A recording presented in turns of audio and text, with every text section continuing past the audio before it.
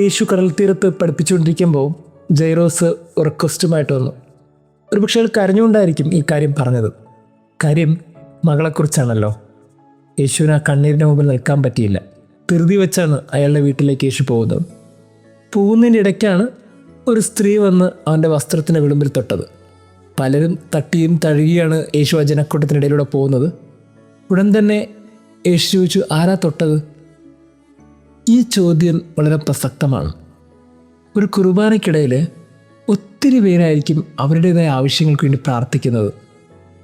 ഇങ്ങനെ വലിയൊരു ജനക്കൂട്ടം, ആയിരക്കണക്കിന് ജനം, എല്ലാവരും പരിശുദ്ധ കുർബാനയ്ക്കിടയിൽ അവരവരുടെ പ്രാർത്ഥനകൾ പ്രാർത്ഥിക്കുന്നു. അതിൽ എല്ലാവർക്കും അത്ഭുതം കിട്ടുമോ? ആ ചോദ്യത്തിന് പ്രസക്തമായ ഒരു ഇൻസിഡൻ്റാണ് അവിടെ സംഭവിച്ചിരിക്കുന്നത്. എല്ലാവരും തൊട്ടും തഴുകിയും പോയതിൻ്റെ പേരിൽ എല്ലാവർക്കും അത്ഭുതം സംഭവിക്കണം നിർബന്ധമൊന്നുമില്ല. ക്രിസ്തു അറിയുന്നു എന്നുള്ള രീതിയിൽ തൊടുന്നുവോ എന്നുള്ളതാണ് ചോദ്യം. അങ്ങനെ തൊട്ടവർക്ക് ക്രിസ്തു അവിടെ പോസ് ചെയ്ത് അവരോട് സംസാരിച്ച് അത്ഭുതങ്ങൾ ചെയ്തിട്ടേ പോകത്തുള്ളൂ. ഇതാണ് ഒരു വലിയൊരു കുർബാനക്കിടക്കിലെ ദൈവാനുഭവത്തിൻ്റെ പ്രത്യേകത. വലിയൊരു ജനക്കൂട്ടത്തിനിടയിൽ നിന്ന് പോലും ഒരു സ്ത്രീയുടെ തൊടൽ ക്രിസ്തുവിന് വ്യത്യസ്തമായിട്ട് തോന്നും. അങ്ങനെ വ്യത്യസ്തമായിട്ട് ക്രിസ്തുവിനെ തൊടാൻ നമുക്ക് സാധിക്കുന്നുണ്ടോ എന്നുള്ളതാണ് നമ്മൾ ഓരോരുത്തരും ചിന്തിക്കേണ്ടത്.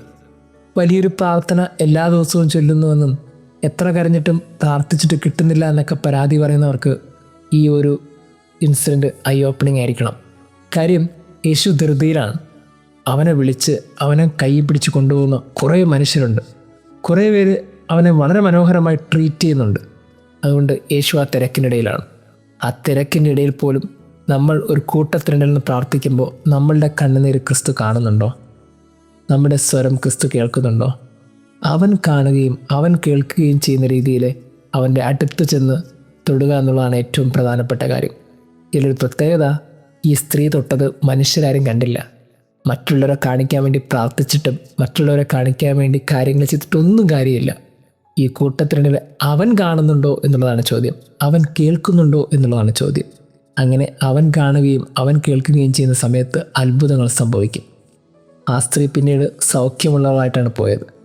ഒരുപക്ഷെ ക്രിസ്തുവിനോട് നേരിൽ കണ്ട് പെറ്റീഷൻ പറയാൻ പറ്റിയില്ലെങ്കിലും സാരമൊന്നുമില്ല. നമ്മൾ കൂട്ടത്തിനിടയിൽ നിന്നാൽ പോലും അവൻ നമ്മളെ തിരിച്ചറിയും. അവന് നമ്മളറിയാമല്ലോ, നമുക്ക് അവനറിയില്ലെങ്കിലും. ദൈവം നമ്മെ അനുഗ്രഹിക്കട്ടെ.